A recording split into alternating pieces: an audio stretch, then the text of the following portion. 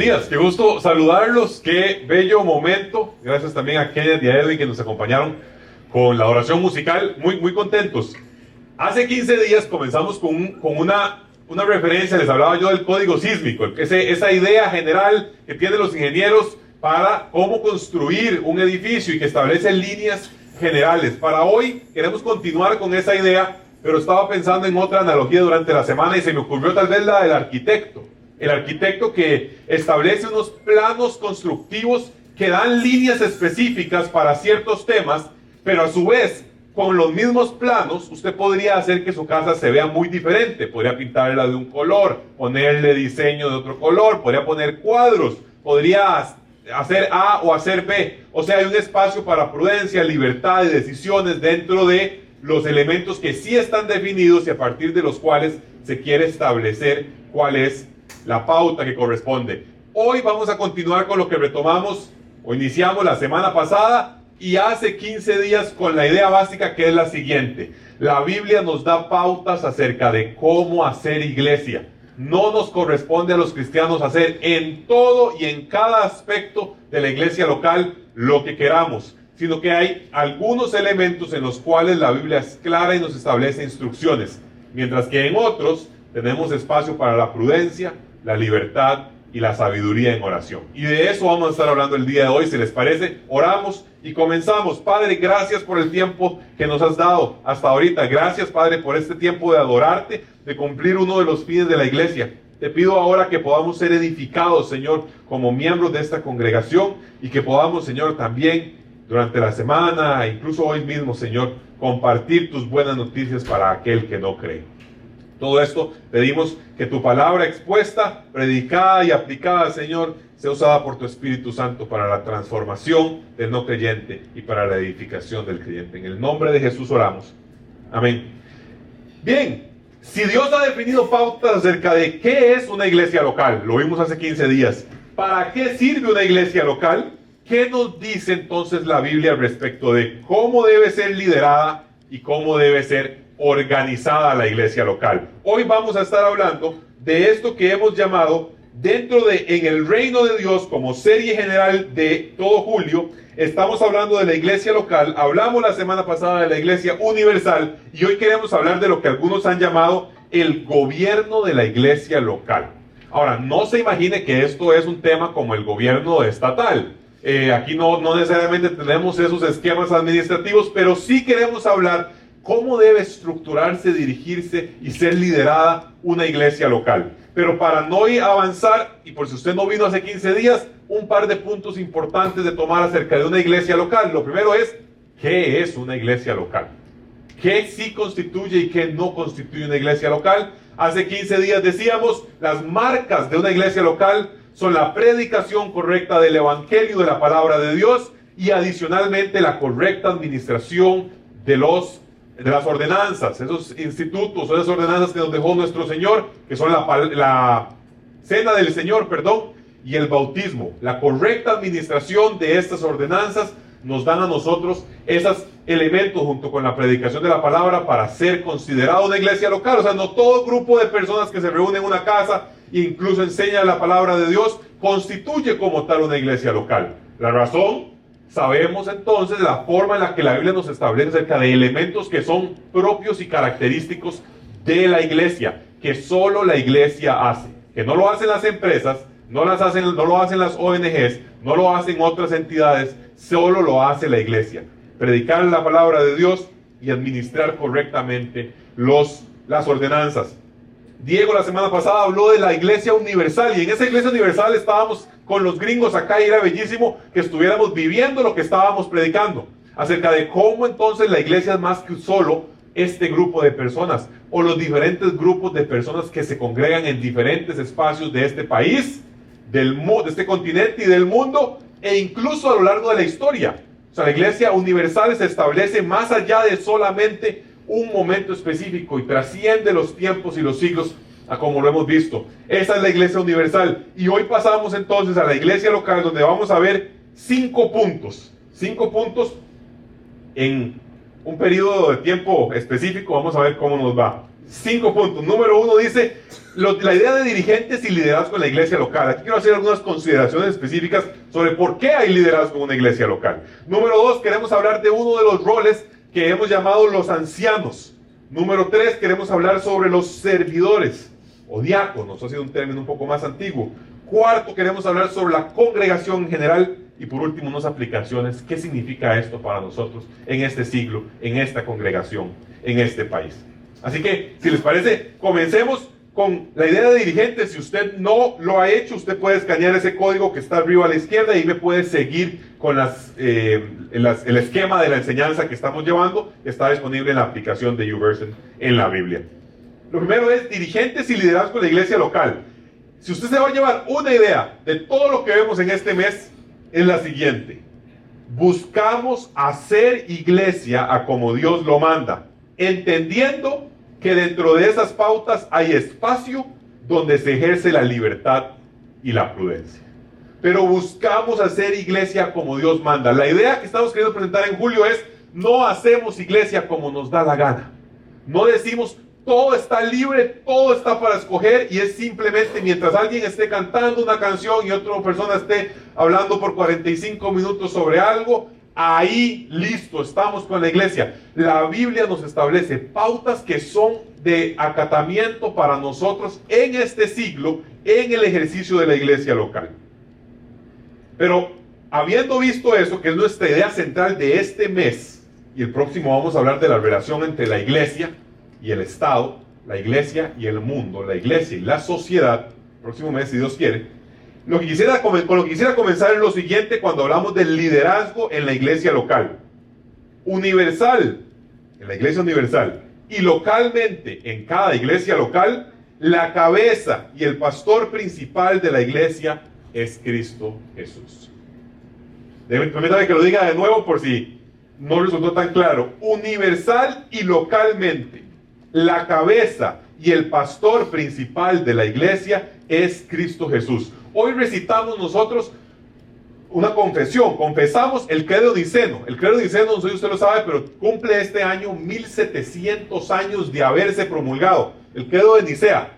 Y no, eso que hicimos no es un acto católico romano, no se preocupe. El credo niceno es algo que los reformadores en el siglo XVI adoptaron y confirmaron como parte de la tradición cristiana, y por eso lo hicimos, porque hoy nosotros estamos recitando algo que por 1700 años cristianos de todo el mundo han confesado y han dicho: creo en un solo Dios, Padre Todopoderoso, creo en un solo Señor Jesucristo, creo en un Espíritu Santo, Señor y dador de vida, y creo en una iglesia que es una santa católica, es decir, universal y apostólica.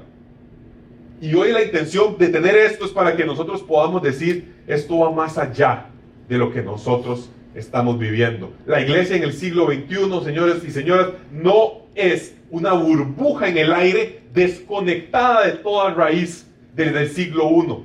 La iglesia no es ese elemento nada más de hoy hacemos lo que queremos y como se vea, sino que nos afianzamos a lo que hemos creído y a lo que hemos profesado por siglos. Obviamente, con la reforma protestante del siglo XVI, hubo cosas que dijimos: eso no corresponde. Aquí se desvió la idea inicial.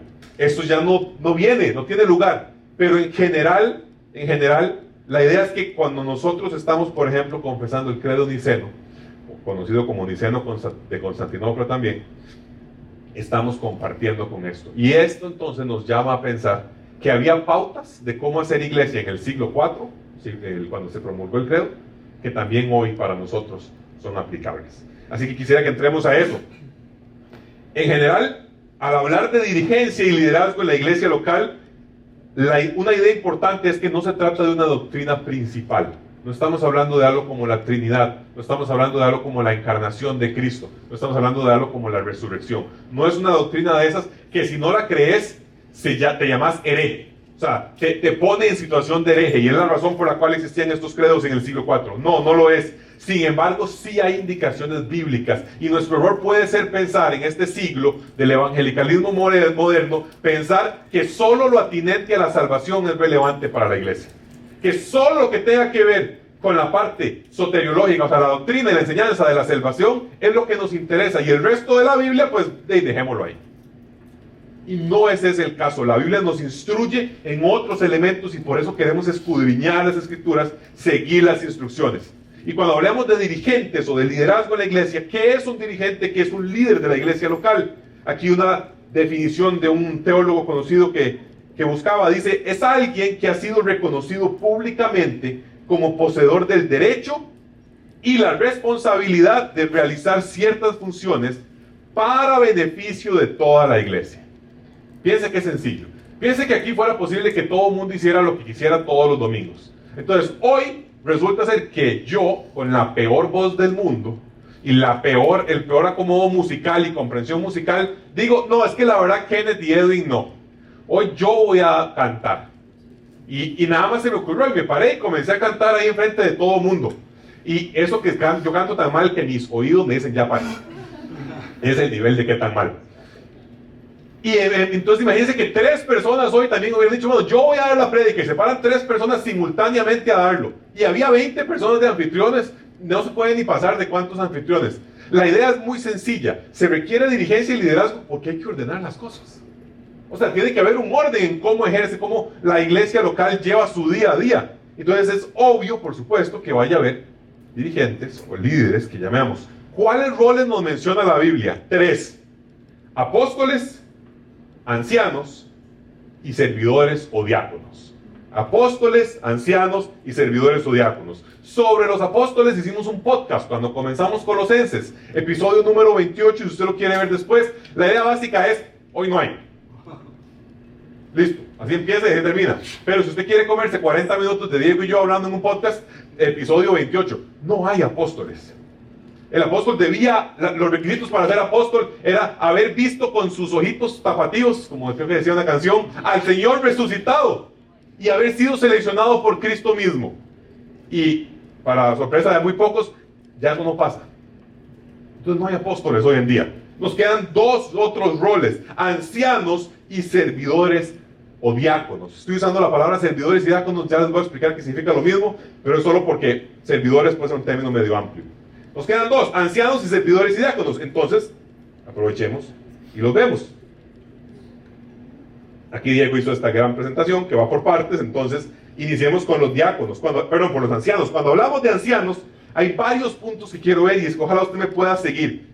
Lo primero y más importante, o no más importante, lo primero y punto número 1 es, la Biblia nos enseña que las iglesias locales tenían una pluralidad de ancianos.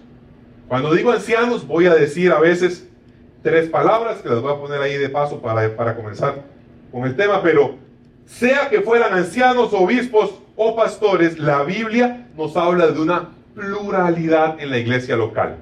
Es decir, la palabra como tal está en plural. ¿Qué quiere decir que esté en plural? Que no es uno. Que cuando hablábamos de la iglesia local estábamos pensando en varias personas que estaban fungiendo con ese rol. Véalo conmigo, usted tiene el pasaje por ahí, si tiene su Biblia también lo puede abrir. Vea Hechos, capítulo 20. Dice, desde Mileto, Pablo mandó a llamar a los líderes religiosos de la iglesia de Éfeso, término en plural. Vea también Hechos, capítulo 14, del 21 al 23, dice, después de anunciar el evangelio en Listra, en Iconio y no sé qué, y en el versículo 23 dice, después de todas esas ciudades, nombraron ancianos, palabra plural, en el griego y en el español, en cada iglesia. Capítulo 20, versículo 17, desde Mileto, el mensaje a los ancianos para que se reunieran con él. Tito, capítulo 1, versículo 5, le dice, te dejé en Creta con una misión, que corrigieran lo deficiente y establecieras ancianos, plural. Y en todos estos casos siempre estamos viendo que la forma, los presbíteros que estamos viendo aquí, que significa eso, básicamente ancianos, nos tenían un patrón establecido incluso en la iglesia temprana, incluso en la iglesia en Éfeso del siglo I, lo que nos narra Hechos, lo que nos narra Tito en Creta. La iglesia local debe ser regida o liderada de manera plural, no individual. La Biblia nos lo muestra y la sabiduría propia del día a día a veces también nos sirve para confirmar que es realmente un mandato como debe serlo. La razón Como decía el Lord Acton, poder corrompe y el poder absoluto corrompe absolutamente. Cuando usted está en posición de autoridad sin ningún tipo de rendición de cuentas, a los seres humanos eso les suele ir mal. Puede generar en autoritarismos, puede generar en sensaciones de abusos de poder, abusos de autoridad. Pero esto no es un argumento y quiero ser claro con todos los argumentos que estoy pretendiendo hacer hoy y espero que usted tenga el más alto de los estándares de revisión y de análisis para ver si cumple o no cumple con mostrar suficiente evidencia. Pero lo que quiero decir es que esto no es por un tema de mera sabiduría o de mera prudencia en este caso. Es un tema de mandato bíblico. Es un tema de que el patrón que encontramos en las iglesias del siglo I, de la forma en la que Pablo decía que se debía hacer iglesia, nos habla acerca de una pluralidad de ancianos. Ancianos plurales, número 1. Adicionalmente, términos intercambiables para hablar de ancianos. Cuando usted piensa en ancianos, puede pensar en alguien de unos cuantos años ya de edad avanzada, pero en general estamos hablando de alguien que cumple un fin. La Biblia utiliza 3 términos para referirse a este mismo rol, y ojo con el tema que es clave. 3 términos, pero un mismo oficio, un mismo rol, una misma función. Los términos son estos 3: presbíteros o presbúteros, que significa ancianos; episcopos, que significa obispos; y poimen, que significa pastores. Vaya conmigo a Hechos capítulo 20, del versículo 17 al 28. Vea qué interesante.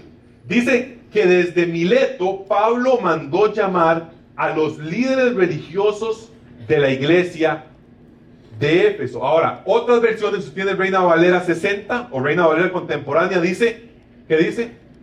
¿Alguien la tiene? Nadie está viendo Reina contemporánea, ¿no? Dice ancianos. Dice que desde Mileto Pablo llama a los ancianos que estaban en Éfeso y les dice un chorro de cosas que no voy a leer hoy porque no viene al caso, pero vea lo que pasa cuando ya se están terminando ese discurso de Pablo.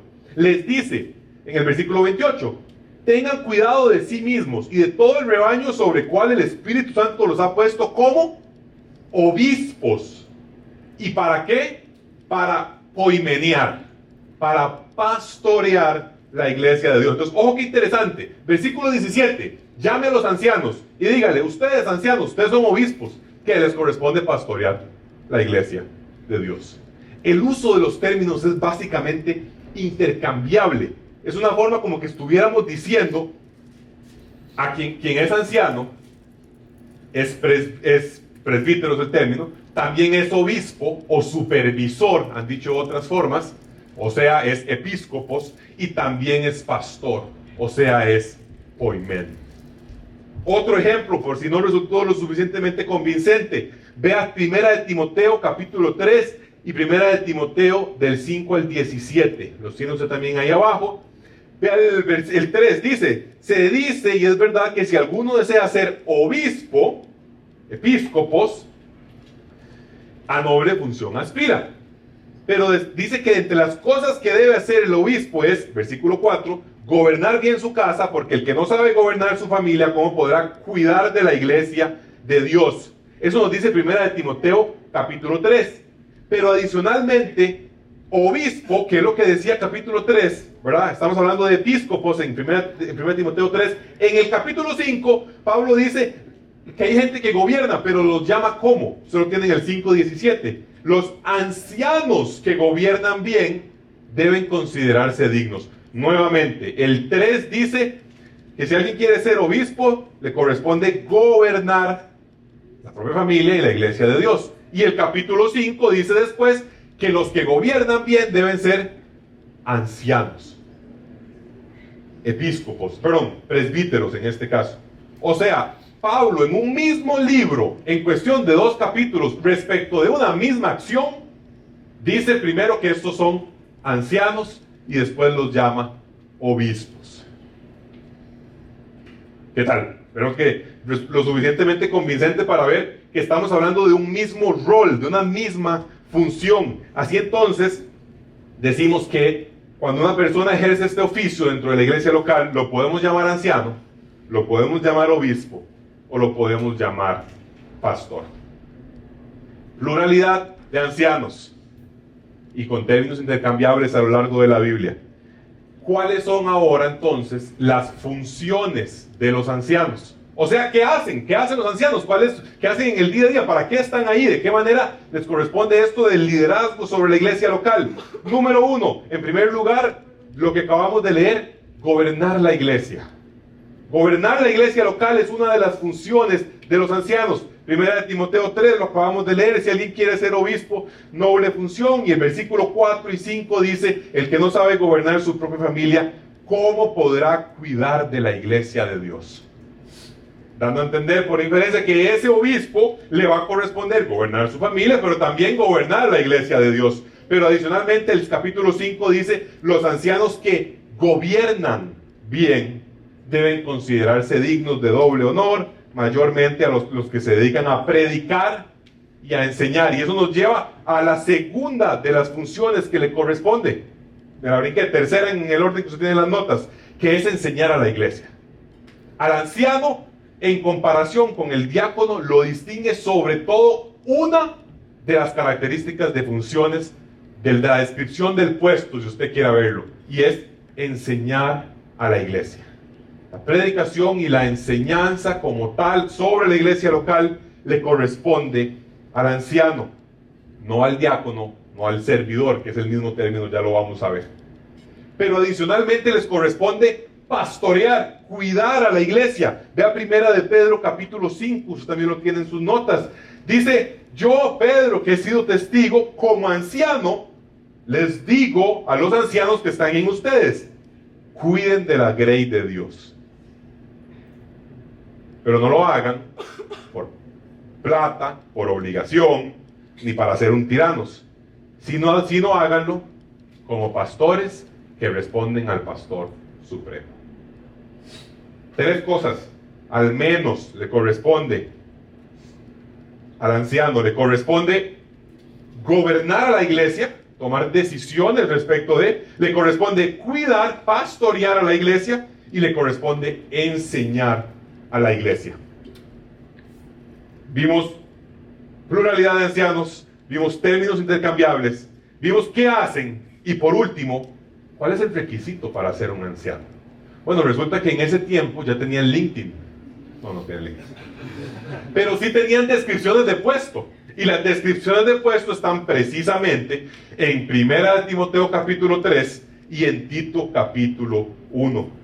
Tito dice lo siguiente, te mandé que pusieras ancianos, maridos de una sola mujer, con hijos que no estén acusados de tal, porque es necesario que el obispo, como administrador de Dios, irreprensible, no soberbio, no afecto al vino, no codicioso de ganancias deshonestas, hospitalario, sobrio, dueño de sí mismo, apegado a la palabra fiel, como ha sido enseñada, para que pueda también exhortar con sana enseñanza a los que contradicen.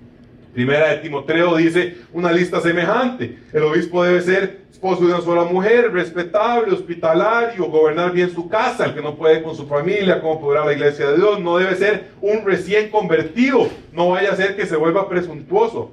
Se requiere además que hablen bien de él los que no pertenecen a la iglesia para que no caigan en descrédito y en la trampa del diablo. Me brinqué algunos simplemente porque lo que estoy viendo es cuáles son algunos de los requisitos. Usted los puede buscar en detalle. No tengo lamentablemente el tiempo de ir uno por uno viendo cada detalle, cada elemento. Pero este es el rol. Esta es la descripción del puesto como sale. Este es, si alguien quiere ser anciano, dice 1 Timoteo 3, a noble función aspira. O sea, si usted quiere serlo, bien por usted.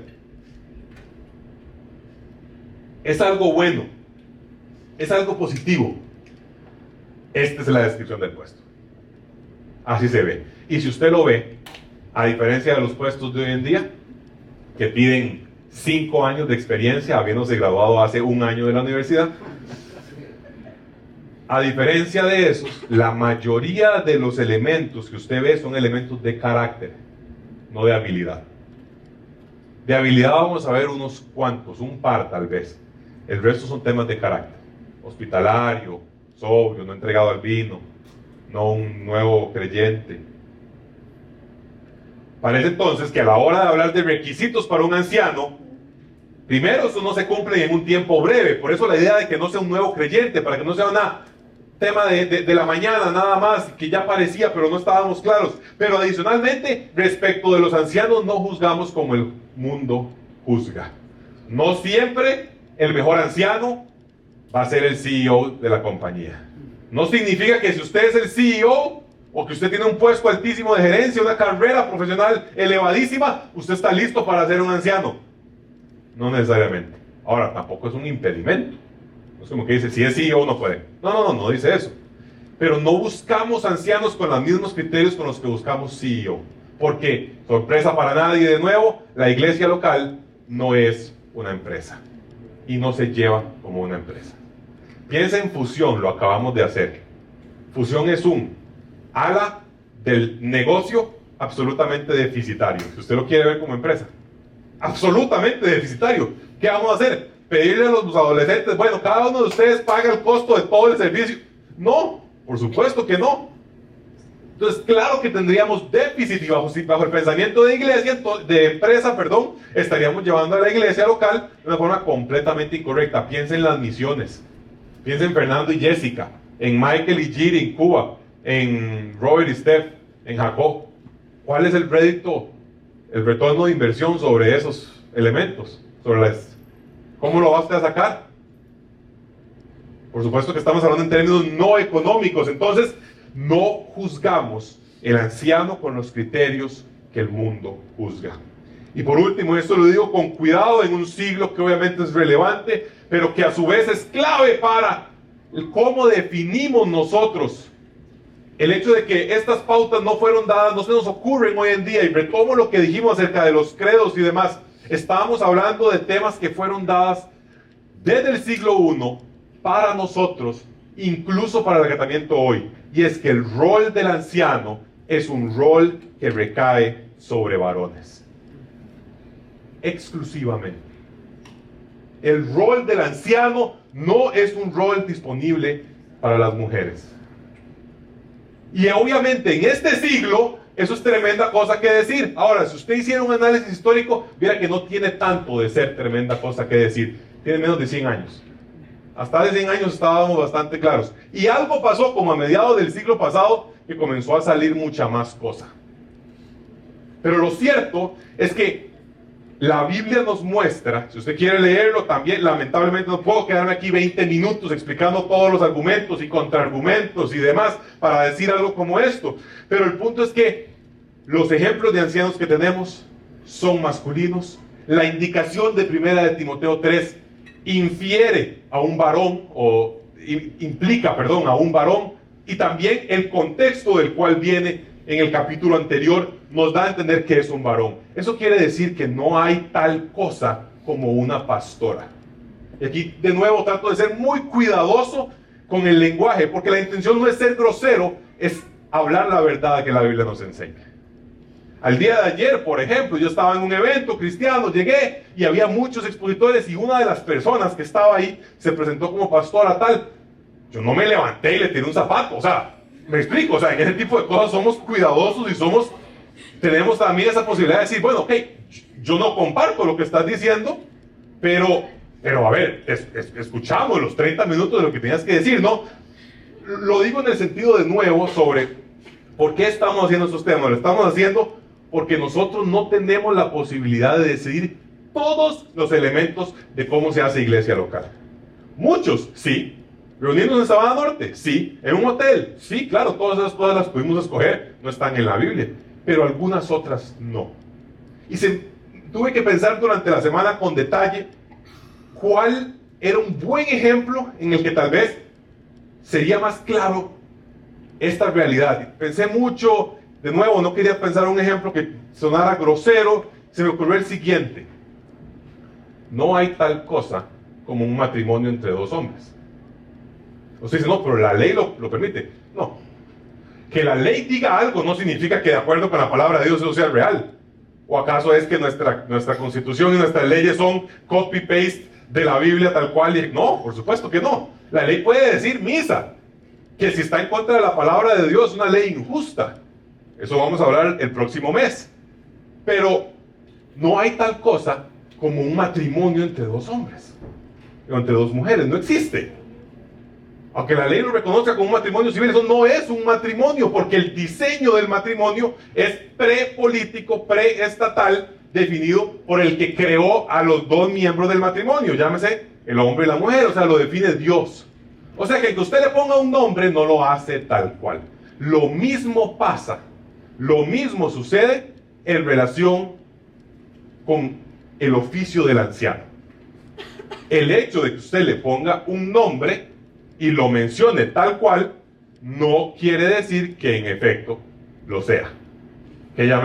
Podríamos pararnos todos aquí y presentar a una anciana, a una pastora. Eso no significa que realmente esté ocupando un rol bíblicamente establecido. De nuevo, trato de ser cuidadoso con los términos, pero a su vez estableciendo la realidad del texto bíblico. ¿Cómo buscamos ancianos? ¿Cómo hacemos para buscar ancianos? En oración, con paciencia, con sabiduría y con cuidado. Los ancianos son plurales, tienen diferentes términos para ser referidos, tienen funciones como gobernar, cuidar, enseñar, tienen unos requisitos, un rol de descripción de puesto, está en las cartas también que tenemos, es un rol para varones, y en esta congregación, el día de hoy, tenemos el gusto de presentar a un anciano, de presentar a una persona que podrá formar parte de este cuerpo, o este grupo, o esta pluralidad de ancianos, y lo haremos al final del servicio de hoy. Ancianos. Hablemos de los diáconos brevemente. ¿Qué son los diáconos? Bueno, los diáconos vienen de una palabra que sale inicialmente en Hechos capítulo 6. Los apóstoles estaban ocupándose de muchas cosas y resulta que había unas viudas ahí, se estaba armando la de San Quintín con el tema de la comida y le servían tarde y no sé qué. Era un mercado esa cosa. Y entonces los apóstoles dicen, no es bueno que nosotros dejemos de predicar la palabra y de estar en oración por dedicarnos a estas cosas. Temazo. Hoy le dirían que subido, no se crea tanto. Interesante. Véalo usted en detalle en Hechos 6. Pero lo cierto es que dice, nombren gente que sirva para diaconar las mesas. O sea, que pueda servir las mesas. Y por eso los diáconos los podemos conocer como servidores. Son personas que cumplen un rol particular, el de servir. Y este es un rol del cual hay cierto debate, pero en esta congregación entendemos, nos guiamos por esa comprensión de las Escrituras que nos entiende que es un rol tanto para hombres como para mujeres. Es decir, existe tal cosa como un diácono y una diaconisa, o también conocido como un servidor y una servidora, si lo queremos poner en términos del siglo XXI. O sea, para aquellos que podrían pensar, puña, ¿qué significa esto? ¿Significa que la mujer no tiene ningún rol de servicio dentro de la congregación? Jamás. Hay muchos roles específicos que podría cumplirse o que cumplen las mujeres y lo cumplen en esta congregación tal cual. Por ejemplo, de servicio. Piense, por ejemplo, temas como finanzas, actividades administrativas, el cuidado de los niños, participar de grupos pequeños, de donde se está comentando la palabra. Pero en ningún lugar de la Escritura se indica que los servidores o diáconos tienen autoridad de gobierno, ni se exige que sean capaces de enseñar la Escritura. En ninguno. Esa siempre es una responsabilidad del anciano. ¿Cuáles son los requisitos para ser un diácono o una diaconisa? Primera de Timoteo, capítulo 3. De nuevo, voy muy rápido, solamente tocando algunos. Revise si le parecen semejantes a lo del anciano. Solo para que usted vea qué interesante. Honestos, no demasiado afectos al vino, no codiciosos de ganancias deshonestas, guardar el misterio de la fe, ser puestos a prueba. Las mujeres, por su parte, deben ser honestas, no calumniadoras, sobrias y fieles en todo. Diáconos de una sola esposa, son varones, y gobernar bien a sus hijos, ejercen el diaconado, etcétera, etcétera, etcétera. Muy semejante cuando usted lo piensa. Ahora, recuerde, falta una específica. Falta una específica que es bastante relevante. Y respecto de los diáconos o los servidores en esta comunidad específica, queremos ser transparentes con ustedes y decir lo siguiente. Estamos terminando de establecer la estructura de los servidores en esta congregación. Para nosotros en este tercer año que comienza es clave un tema de estructura, un tema de un gobierno bíblico de la iglesia local, partiendo del principio que repito hasta la saciedad en esta serie, que Dios nos da pautas de cómo gobernar la iglesia local y en esas lo seguimos, pero también nos da libertad y en esas podemos en prudencia y en oración tomar decisiones. Pero en esta comunidad estamos terminando de descifrar cómo queremos que sea el esquema para el cual tengamos diáconos y diaconisas o servidores y servidoras ejecutándolo.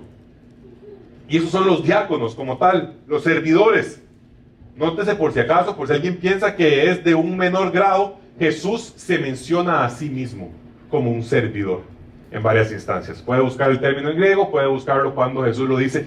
Así que no es un tema de menor o mayor, es un tema de distribuciones de roles, es un tema de orden y de cómo llevamos a cabo las acciones, así como el Señor nos lo comenta. Y no quisiera cerrar esto con la idea de que hay un grupo de personas que se sienta y un grupo de personas que se pone de pie, y esos últimos, los que están de pie, son los que tienen la responsabilidad real sobre la congregación. Esa sería una idea incorrecta. Esa es una idea además que no refleja muchos elementos de lo que la Biblia nos narra, nos cuenta. Y por ende quisiéramos hablar de la congregación en general. A final de cuentas, los ancianos y los diáconos están para servir a la congregación, pero son parte también de la congregación. Y entonces, a pesar de que hay roles específicos que involucran ciertas funciones, como los que ustedes tienen ahí los primeros dos, la descripción del puesto de todo cristiano, de todo creyente nacido de nuevo, conlleva también responsabilidades específicas. Y esas son las que quisiera explorar en esta sección. ¿Cuáles? Número 1, congregarse con frecuencia en su iglesia local. Formar parte activa de su iglesia local es una responsabilidad de todo cristiano. Ojo, que parte del hecho de que el cristiano es parte de una iglesia local. O sea, nunca vemos un cristiano solitario, ¿verdad? Lo decía hace 15 días, no hay tal cosa como un cristiano a punta de videos de YouTube. Todo cristiano debe formar parte de una iglesia local. Hebreos 10, tengámonos en cuenta, no dejemos de congregarnos como tienen algunos por costumbre, sino animémonos, y ese es el fin, es para animarnos, para estar juntos, para acompañarnos en el camino de la fe. Se congrega con frecuencia, pero aquí hago un acápite adicional. Se congrega con frecuencia, pero no solo está presente en cuerpo, sino también en mente. De poco sirve no, pero sería mucho mejor si usted no viene habiéndose acostado a las 2 de la mañana el día anterior, para levantarse a las 7:30 u 8 y estar aquí a las 10, comenzando el servicio, pidiéndole a Dios que le dé 10 toneladas de café para poder soportar lo que está a punto de pasar. O sea, requerimos un poco de disciplina respecto del sábado, no solamente del domingo. El sábado de la noche es clave para lo que va a suceder el domingo en la mañana, donde yo quiero estar atento, donde yo quiero estar pendiente. Y por eso entonces, ojalá podamos tomar decisiones de sábado que apoyen lo que pasa el domingo en la mañana y no que más bien sea un obstáculo para el domingo en la mañana. Porque es muy difícil. Yo también fui estudiante, yo también me siento ahí cada 15 días. Si usted se acostó a la 1 de la mañana, es muy difícil estar aquí atento, ojos abiertos, dispuesto a todo. Número 1, congregarse con frecuencia en su iglesia local. Número 2, contribuir a la preservación y protección del evangelio en su iglesia local. Algo que me ha encantado de esta congregación es que en varias ocasiones a Diego y a mí nos han llegado preguntas sobre lo que se enseñó el domingo. Preguntas sobre, ¿no me quedó claro? Preguntas sobre, tengo este otro pasaje y no sé cómo acomodarlo con lo que se enseñó. O incluso nos ha sucedido alguien que diga, me parece que lo que enseñaste es incorrecto.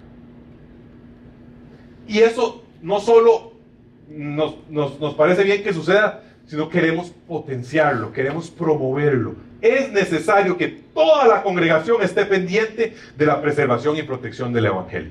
Porque usualmente lo que no pasa es que se comienzan a generar murmullos en la congregación que luego terminan llegando hacia las personas que enseñan y predican los domingos, y eventualmente eso termina permeando la congregación general. Ese no es el orden usual. El orden usual es 2 o 3 personas a quienes les corresponde predicar los domingos se van.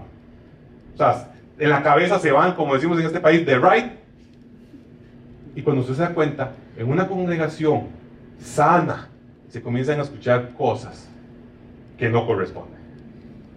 Y como son las personas que a quienes les corresponde enseñar los domingos, entonces la gente a veces nada más baja la cabeza y dice, ah, sí, sí, yo imagino que sí. No, porque es que él está tan cerca de Dios. Yo imagino que Dios se lo reveló.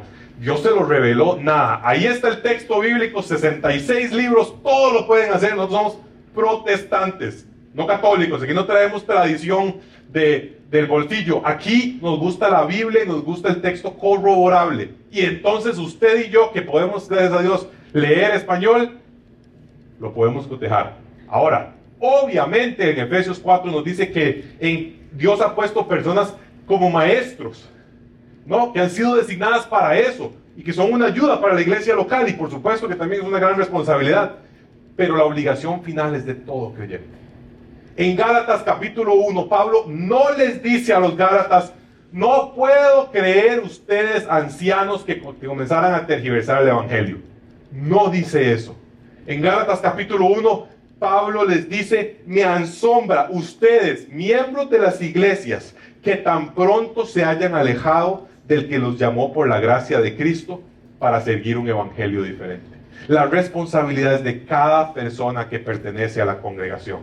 Y aquí tenemos la apertura de recibir preguntas, de recibir consultas, de recibir espacios, de irnos a tomar un café y de decir, me parece que en esto se está desviando la cosa y tenemos que tener cuidado.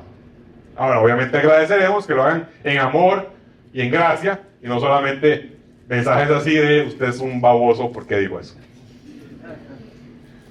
Congregarse con frecuencia en su iglesia local, en cuerpo y alma. Contribuir a la preservación y protección del evangelio en su iglesia local. 3. Hacer de otros discípulos de Jesús. Si hubo un tema que trajimos a sus adolescentes en estas 2 semanas, y preadolescentes, en esta semana y media que estuvimos con gringos para allá y para acá, es que ser discípulos y hacer discípulos de Jesús es un propósito clave en nuestra vida. No se puede, no es posible que solo las personas que tienen un rol específico se encarguen de eso. Así que la obligación es de parte de todas las personas que se sientan también, que pertenecen a la congregación, que influyen. Y ahí está la persona, el cercano, el de mi edad, o tal vez si no, uno más jovencito o más jovencita, que de paso es un rol, o sobra decir que también las mujeres lo hacen respecto de otras mujeres. Pero en esta congregación, una de las maneras que queremos edificar a la iglesia es por esa interrelación. Y por eso tenemos grupos como el de ayer, de hombres, que comimos chicharrones una vez más, por supuesto. O mujeres, o jóvenes, o Play Plus, preadolescentes, o los grupos de estudio bíblico, porque son los espacios que ofrecemos para que usted pueda encontrar alguien con quien comenzar a generar esa relación. Y ojalá después, preferiblemente siempre, hombre con hombre, mujer con mujer, podamos tener esos espacios de acompañamiento, de vivir no solo el evangelio, sino la vida juntos. Y por último, y lo hemos dicho también, creo que desde la serie 1, hace 3 años, en este mismo lugar, la obligación de compartir el evangelio con no creyentes es para toda la congregación. No es el pastor o los pastores, los ancianos, a quienes les toca el resto y los demás nada más nos sentamos a escuchar un domingo. ¿Sabe por qué quisimos hoy leer el credo niceno de hace 1700 años? Porque queríamos mostrar que la vida de iglesia es una vida participativa. Una vida en la que todos tomamos parte. No una vida en la que yo llego el domingo, me siento, canto lo que me dijeron que cantara, o tal vez no, escucho lo que un chavalo dijo, me voy para mi casa y continúo. Esas interrelaciones dependerán plenamente de la voluntad de los miembros de la congregación para poder vincularse con otros. Congregarse con frecuencia, contribuir a la preservación, hacer de otros discípulos y compartir el evangelio con no creyentes. ¿Qué significa entonces esto para nosotros? Muy rápidamente, número 1, cumplamos nuestras responsabilidades como seguidores de Jesús que son parte de Comunidad Anexo. Es lo que acabo de decir. Si usted quiere ver en Comunidad Anexo una relación, un vínculo, esa sensación de comunidad, búsquelo. Apersónese cuando tenemos los espacios correspondientes. Busque a alguien que quiera ser amigo, debe hacerse amigo. Entonces usted no necesariamente está esperando que alguien lo busque en la pared, sino que usted pueda acercarse también a alguien y generar ese acompañamiento, esas responsabilidades. Prediquemos el Evangelio, prediquemos a Jesús crucificado con otras personas que puedan después, sí, claro, ser invitadas a formar parte de esta congregación o de alguna otra iglesia local bien definida, bien establecida. Número 2, oremos por los líderes de Comunidad Nexo que responden al Pastor Supremo que es Cristo. La Biblia nos llama a orar por los líderes. Yo no sé usted qué tan a menudo lo hará.